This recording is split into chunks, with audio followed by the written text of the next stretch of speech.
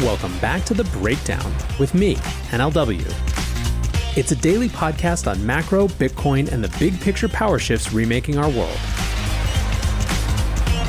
The Breakdown is sponsored by NYDIG and produced and distributed by CoinDesk.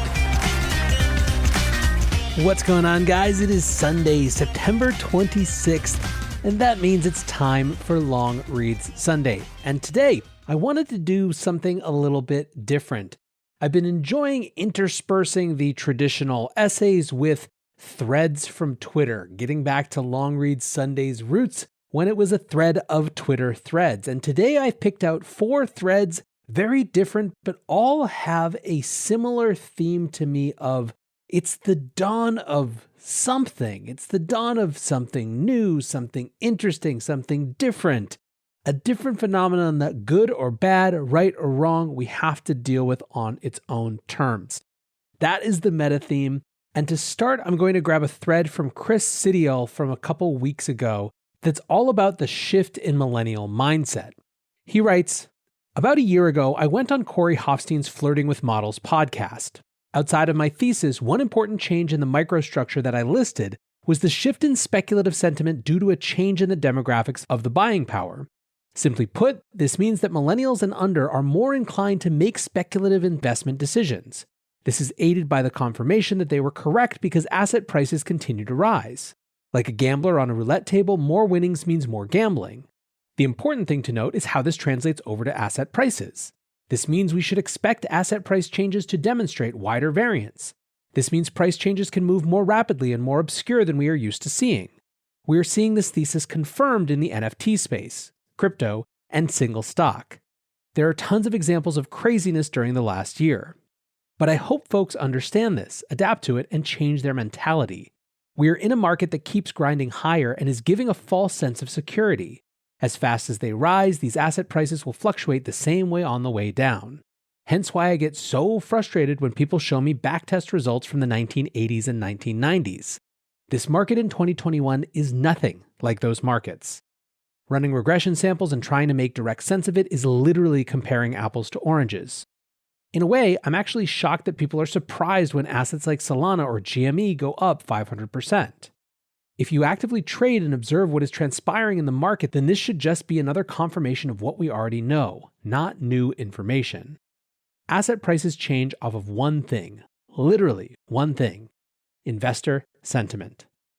Investor sentiment is a nonlinear system if you want to qualify it. Aggressive winners keep adding more and more to their holdings due to a false sense of confidence that occurs while winning. So some millennial who is leveraged on asset XYZ makes money on it, then takes his winnings and leverages even more on asset ABC. This is a continuous whirlpool as asset prices continue to rise with it. The market follows while some 50-year-old fund manager is sitting there and trying to short the asset because, quote, it can't keep going up, or, quote, this doesn't make sense. Complete perfect example of a trader who has not adapted with the times. The market will eventually engulf him. So when you list out what the main things are in this market that are causing it to react this way, understand it is largely due to a shift in the way how people think about investing. Cautious investing is out the door with the young generation. It's get rich or go broke trying. One of the things that I like about this thread is that he's not presenting this with an air of judgment like so many threads that have identified this phenomenon. He's simply saying this is the new reality and you have to understand it. We can and we have given numerous shows to what might be going into that. The nihilistic side, the degenerate gambler side, the rationalist take on a world that seems less full of opportunity side, and so on. But I think it's a great thread that simply states the obvious to many of us, which is that the people who are investing these days are not playing by the same rules as the people who came before them. Which brings us, I think, to Raoul Pal's thread. This came after Gensler's Washington Post webinar earlier this week. He writes, "Listening to Gensler, and it's clear he is laying down the hardest case he can for regulation of digital assets. But my view is that he will likely get his way that most are going to be classified as securities, but with a wholesale change to what that means. It's like when the internet started to gain real traction. The authorities tried to impose harsh rules, but in the end, there had to be a grand compromise to not stifle something very important indeed. That decision led to trillions of dollars of new capital creation and the largest investment inflows into the US in history. The innovation that was seeded from light touch regulation on the internet changed the world with the US as leader. Digital assets are as big a deal. This technology has created an entirely new financial system, more robust than the last, and created entirely new business models on a scale we are all trying to get our heads around as it's developing so damned fast. Digital assets might well be securities, but the regulation around that will end up being much lighter touch than today. If they try the heavy hand, capital leaves, and also the lobbying power of the crypto community is growing every day. Money talks. The reason no one wants to call something a security is that it comes with a huge burden in cost, time, and access to regular investors. But pair that all back to create innovators regulation and layer in KYC, tax compliance, and some investor protections, and it's a good thing. And that also means the frankly ridiculous rules around accredited investors or selling securities has to change to meet the modern world, not the 1930s world. It is simply inexcusable to allow rich people to get richer and penalize the poor people who aren't accredited. In a world of decades of stagnant real wages and rising asset prices, that is morally wrong. That very dynamic has pushed US households to rack up more debts than in all history. What is more risky, the debt or the digital assets? We know the debt is what makes the banks rich too. The political push from stopping ordinary people access to investments just won't work in the current political climate, and nor should it. Newer crowdfunding rules have shown the way, and the legal challenges around some of that has helped, but the current system still generally forces individuals to use large financial institutions to get access to investments, keeping the power in these institutions' hands. This is unlikely to survive as a structure as it's inherently unfair, and trust in institutions is entirely eroded. The madness of all of this is that people are free to bet on sports or throw all their money away in Vegas but can't buy securities. They can lose money in any number of unregulated private transactions. My view is that in the end, we will get new securities laws for digital assets, and that they will be cheaper, faster, fairer, and much less onerous on issuers. Consumer protection will have to come via warnings or some sort of risk metrics. But this will take years. The next 3 to 5 years in crypto will be about setting the battle lines and then using the courts and lobbyists to reach a grand settlement of what it means to classify something as a security. In the end, that will help the space, and as with all regulations, there will be regulation arbitrage in different jurisdictions if required. But regulation is coming globally, and countries that actively encourage these entrepreneurs with lighter regulation will take the lion's share of the benefits.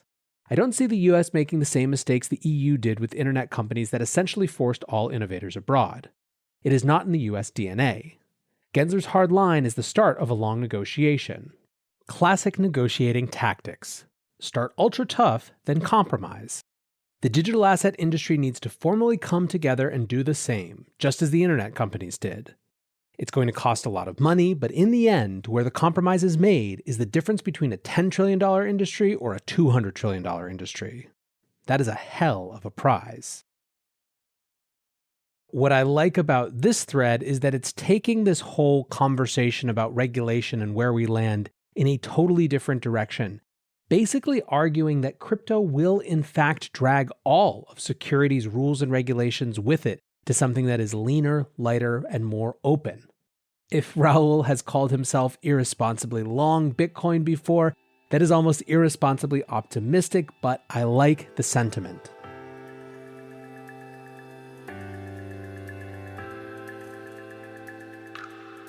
This podcast is sponsored by NYDIG, the institutional-grade platform dedicated to building a more inclusive financial system through Bitcoin.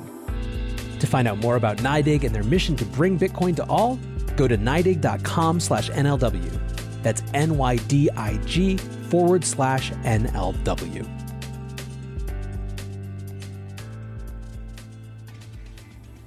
If you're going to do a big think something has changed type of thread, you kind of gotta look to Chris Dixon. His thoughts on crypto haven't always been right, at least they haven't always been validated in the short term in terms of how the market has moved. However, the man thinks big and is always worth having a look at. He wrote earlier this week, "Tokens are a new digital primitive, analogous to the website. Major computing waves generally have two eras, the skeuomorphic era and the native era. In the skeuomorphic era, the design thinking is largely adapted from older domains. For example, the early web was mostly digital adaptations of pre-internet activities like letter writing and mail-order shopping. Websites back then were mostly read-only. It took about a decade for technologists to start seriously exploring the idea that websites could be read-write, where users generate the content. This led to the growth of web-native categories like social networking, crowdfunding, and social productivity apps. This pattern is repeating itself with crypto and Web3. There are some great native Web3 products, but overall, we are still in the skeuomorphic era. Many Web3 products are adaptations from older domains. Popular skeuomorphic Web3 ideas include offline ticketing, supply chain management, and record-keeping for offline assets. These may be good ideas, just as read-only websites were a good idea, but they only scratch the surface of what Web3 can be. A lot of today's NFTs are adaptations from the offline world of art and collectibles. This leads people to think that NFTs are limited to those domains, in the same way people once thought the web was limited to brochures and magazines. Tokens, fungibles, and NFTs are better thought of as new digital primitives, similar in flexibility and generality to past digital primitives like the website. Tokens give users property rights, the ability to own a piece of the internet. Web 2 left out digital property rights. When you use a site or app, it would only let you borrow or rent things. Imagine if in the real world you had to buy everything from scratch every time you went to a new place. That's Web 2.0. Like websites, tokens are digital primitives that can be generalized to represent almost anything. Money, art, photo, music, text, code, game items, control, access, and whatever people dream up in the future. Users can now have a persistent inventory of objects in their wallet that they take from one app to another. If their objects increase in value, the user gets the upside. This is a big change from Web 2, where the upside was mostly captured by tech companies.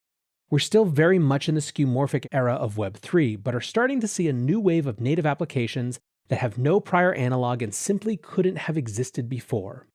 For example, building on mechanism designs pioneered by DeFi entrepreneurs, a new wave of DAOs are exploring ways for groups to come together, pool resources, build things, and self-govern. Composable NFT games like Loot incentivize the community to build an entire world around a single set of NFTs, an activity that would be impossible without the ownership and portability that Web3 enables. There is nothing intrinsic about fungible tokens that needs to be related to money and finance, and nothing intrinsic about NFTs that needs to be related to art and collectibles. Those are great initial applications and will likely remain very important, but tokens are better thought of as a new digital primitive, analogous to the website, the atomic unit around which a new era of the internet is organized. And as if to give Chris's take just a little bit more credence, let's end this week with Cosimo De Medici, now revealed to be Calvin Broadus, aka Snoop Dogg, writing about their very first purchase of a useless JPEG. Did I imagine my very first purchase of an air quotes useless JPEG would cost $2 million? Absolutely not. It should have been $4 million. Friends, today I share the uncensored tale of how I entered the wild world of NFTs, from 0 to 8 figures in 30 days. Grab a glass, take a seat, and hold on tight. Disclaimer, the story you are about to hear is unique. It is not to be taken as investment advice. On the contrary, it is a tale of ego, envy, recklessness, and sleepless nights. It may one day end in a $100 million plus fortune. It could also end in me being broke, angry, and humiliated. But such is the life we all signed up for. My name is Cosimo De Medici, and I collect JPEGs. While I am new to the NFT space, my family have been patrons of the arts for many years. Our collecting philosophy is simple: the best painters and their best paintings. This is what led me to the punks. My friend MetaHands, who introduced me, gave me one warning: you are about to discover digital crack. The day was in February. I remember it well. Flamingo DAO had recently purchased an alien punk for a record-breaking $670,000. It gave me great envy that I did not possess one of these alien punks myself. Ah, the prestige we silly humans are programmed to seek. I decided to go shopping. A source mentioned an alien could be had. In fact, it was simple. I would need to open with a price of 4.5 million USD. My jaw hit the floor. Why would I spend 3.5 million or 2,300 of my precious ETH when days before just one went for 25% of that? I passed and proceeded to place 400 ETH bids on every CryptoPunk ape. After 4 or 5 unaccepted bids, I moved on with my crypto life, not thinking of the punks again until June and July. And that was when I noticed something peculiar. When all of crypto was crashing down, punk prices were holding steady, even climbing. I began reading the words of the great Perugia V and realized how wrong I had been to look away from the number one asset in cryptocurrency. With the help of my old friend Farouk, I began ape shopping again. Repeatedly, we are told to buy the floor ape for 1600 ETH, which again seems astronomically priced. Then one day, my DMs explode. Congrats on your buy, the floor ape has sold. OMG, you did it. I rushed to my computer. What had I done? Had a bid been accepted? I couldn't remember if I had even bid up. If I even had a bid up. The floor ape had sold, but not to me, to Gary Vaynerchuk. All negotiations I had with ape owners end instantly. We would likely never again see an ape for less than 1600 ETH, for there is a strange cultural ponzonomics to NFTs, much like contemporary art. No one wants to sell for less than the previous high price. 2 hours later, Pete D grabs the ape listed for 2200 ETH, and we will likely never again see an ape below 2200 ETH. And then, as I am drowning in sorrows for not buying the floor ape, total pandemonium takes over the punks' Discord. A floor sweep is happening, then another. The funds are coming, the funds are coming. My budget too slim, my ape dreams now shattered, my dear friend Justin Versano, who had been graciously helping me in pursuit of an ape, makes a crazy suggestion. I should buy the floor zombie. Both floor zombies. As I'm pondering this crazy idea, the pandemonium continues, and another problem starts to arise. The great repricing. Every punk owner not asleep is pulling their punks and doubling their prices. The floor is lava. People who bought punks that morning are selling for double just hours later. I look at the wallet that holds the treasured Cosm zombie, unquestionably a top 3 zombie, and unquestionably priced at what was hours earlier a very expensive 850 ETH, and it now looks like a damn good deal. Earlier, the site said the wallet hadn't been active in weeks, but now it says active 1 minute ago. Cosm is about to be repriced. I loaded up my ETH and clicked the trigger. First on Cosm, then on Punk 8472, Rhino Zombie. And that is how Cosimo De Medici was born. This tale is getting a tad long. I will write chapter 2 if there is enough interest. For now, I will simply say that this NFT ride is just beginning. If you are reading this, you are early, and it is a pleasure to be on this journey with you. I raise my glass to you all. Epilogue. I couldn't just let this end without sharing a little of my philosophy for this wild world we are all in. Last night, I connected with AC Collecting. We had a delightful conversation in the DMs, and I began to browse his remarkable gallery. As I'm browsing through his metaverse, I realize that we are on the dawn of an entirely new world of socializing meets entertainment, meets the arts, meets investing. It felt not unlike an exotic car meetup, an outing on the golf course, or sitting around a poker table. The conversation evolved around his collection and mine. We shared our interests, our excitement over rare works, our philosophy. And it was then when I realized we are all part of a new paradigm. Never before have the worlds of social, art, and investment collided in this way virtually. It is not an activity requiring much money to start, nor a particular skill. It can be done by anyone with a simple web connection. Kids will compare video game wares. Us adults are art blocks. But this isn't going anywhere. It's only going to continue to explode. With nearly everyone I know who owns a little crypto now asking me about the JPEGs, I can see and feel it. Let us enjoy these early days of building collections, connections, and experience in the metaverse. We are at the dawn of something special, and I know you feel it too. I'll end there, and I think the fun thing about this one is that even if some of these dawn of new somethings aren't the something that you care about, even if you don't care about the dawn of a new cultural moment where art meets collecting meets investment, even if you don't care about the dawn of a new era of tokens as a web primitive, even if you don't care about the dawn of a new securities infrastructure paradigm in the United States and the rest of the world, you are almost for sure a part of some new dawn, the dawn of whatever new something that matters to you. And that very fact of this Cambrian explosion moment, the fact of shared participation in it, makes you connected to everyone else out there, even if they have completely different values and interests than you. I'm glad you're here. I'm glad you're rocking and rolling with the breakdown. Until tomorrow, guys, be safe and take care of each other. Peace.